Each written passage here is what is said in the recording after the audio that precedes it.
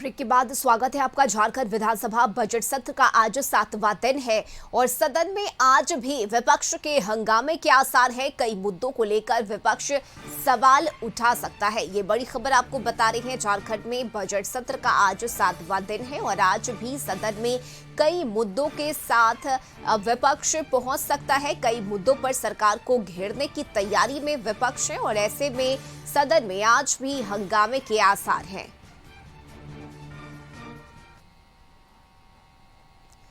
वहीं बुधवार को भी सदन में विपक्ष ने जोरदार हंगामा किया। कई मुद्दों को लेकर विपक्ष ने सदन में सरकार को घेरने की कोशिश की, उसके बाद सदन से वॉकआउट कर गए।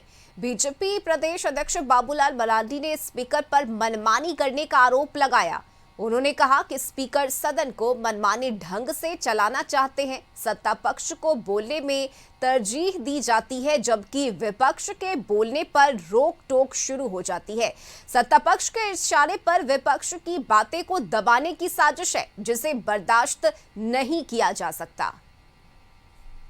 अभियंता को अरे वो तो इसलिए कर रहे हैं कि आप सब लोग पता कर लो, क्योंकि वो चाहते हैं कोयला रोक करके और इलीगल कोयला ट्रांसपोर्टिंग करावे, बेचे।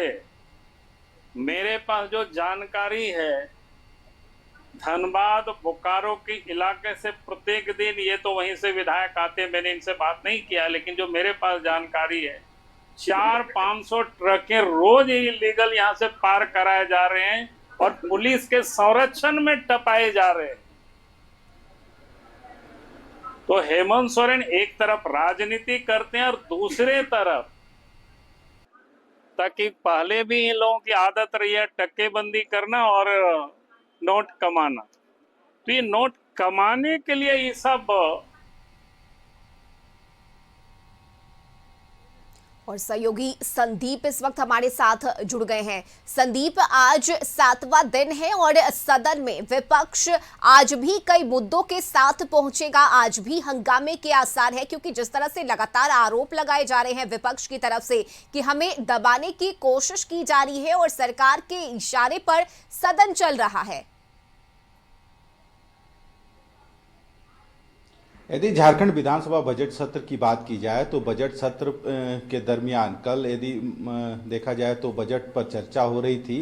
हालांकि विपक्ष सत्ता पक्ष सदन पे आरोप लगा रही है कि कहीं ना कहीं वे अपने तरीके से सदन को चलाने की कोशिश कर रहे हैं और स्पीकर सिर्फ सत्ता पक्ष पर ही मेहरबान है, विपक्ष को वे समय नहीं दे रहे हैं। क्योंकि जब कल नीरा यादव बजट पर चर्चा कर रही थी, अपनी बातों को रखने का काम कर रही थी, तो सत्ता पक्ष के कई जो विधायक थे बीच में कई प्रश्न उसके विरोध में कर रहे थे। हालांकि उससे समय की बर्बादी का आरोप वे लगा रही थी और समय की मांग की गई थी। हालांकि स्पीकर की तरफ से फिर से समय बोलने के लिए नहीं दिया गया, जिस पर बाबूलाल मरांडी ने भी कह सकते हैं आवाज उठाई और स्पीकर पर यह आरोप लगाया कि वे सिर्फ सत्ता पक्ष की सुनते हैं, विपक्ष पर उनका कोई ध्यान नहीं है।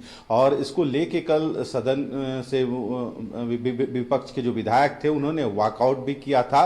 हालांकि जिस तरह से कल सदन में जो कोयले का मुद्दा हो या फिर जो बकाया राशि केंद्र सरकार के पास है, इन सभी मुद्दों को लेके विपक्ष या सत्ता पक्ष पर आरोप लगा रही है कि सिर्फ सत्ता पक्ष राजनीति कर रही है। यदि उनके पास जो आंकड़ा है बकाये का, तो बकाये का आंकड़ा क्यों नहीं सौंपा जाता है। हालांकि मुख्यमंत्री के द्वारा कोयला ब्लॉक करने की बात पर कहा कि वे सिर्फ राजनीति कर रहे हैं।